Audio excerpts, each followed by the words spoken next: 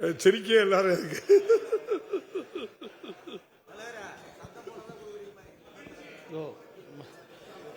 மாண்புமிகு பேரவைத் தலைவர் அவர்களே, கோவை வடக்கு தொகுதியில் இந்து அறநிலையத்துறையில் சார்பாக மகளிர் தொழில்நுட்ப பள்ளி பாலிடெக்னிக் அமைக்க முன் வருமா?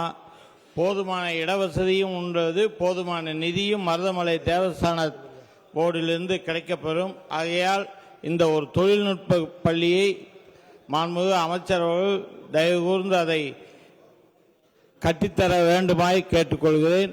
எம்எல்ஏ சட்டமன்ற நிதியிலிருந்து நிதி தர வேண்டும் என்றாலும் தருவதற்கு ரெடியாக இருக்கிறேன். மாண்புமிகு பேரவைத் தலைவர் வாயிலாக அறிய விரும்புகிறேன். மாண்புமிகு அமைச்சர் அவர்கள். மாண்புமிகு பேரவைத் தலைவர் அவர்களே, ஏற்கனவே பழனி தண்டாயுதபாணி திருக்கோயில் சார்பில் ஒரு தொழில்நுட்ப கல்லூரி 600 மாணவருடன் சிறப்போடு நடத்தப்பட்டு வருகின்றது.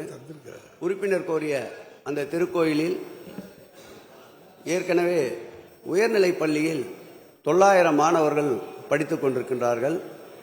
நேரடியாக 3 முறை கள ஆய்வு செய்து அந்த பள்ளிக்கு தேவையான கூடுதல் கட்டிடங்களையும் சுமார் 20 கோடி செலவில் கூடுதல் கட்டிடங்களையும் கட்டுகின்ற பணி ஏறக்குறைய 70% நிறைவடைந்திருக்கின்றது.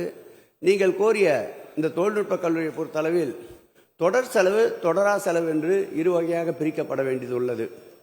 தொடரா செலவு கிட்டத்தட்ட 14 கோடி ரூபாய் வருகின்றது. நீங்கள் அந்த கேள்வியை கேட்டவுடன் குறிப்புகளை கேட்டேன். தொடர் செலவு என்று பார்த்தால் ஒரு ஆண்டுக்கு 2.5 கோடி ரூபாய் வருகின்றது. மருதமலை திருக்கோயில் ஏற்கனவே 37 கோடி ரூபாய் செலவில் பெருந்திட்ட வரைவு பணிகளை மேற்கொண்டிருக்கின்றோம்.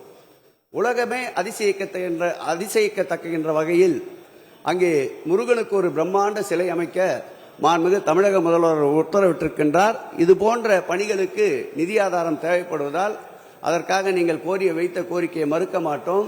வாய்ப்பு இருந்தால் கள ஆய்வு செய்து மாண்புமிகு முதலமைச்சருடைய கவனத்திற்கு சென்று நிச்சயமாக நிறைவேற்றுவதற்குண்டான சாத்தியக்கூறுகளை ஆராய்ந்து முயற்சிப்போம் என்பதை பேரவைத் தலைவர் வாயிலாக நேற்று கோபத்தோடு இருந்த அர்ஜுன் அவர்களுக்கு இன்றைக்கு குளுமையான பதிலை தருகிறேன்.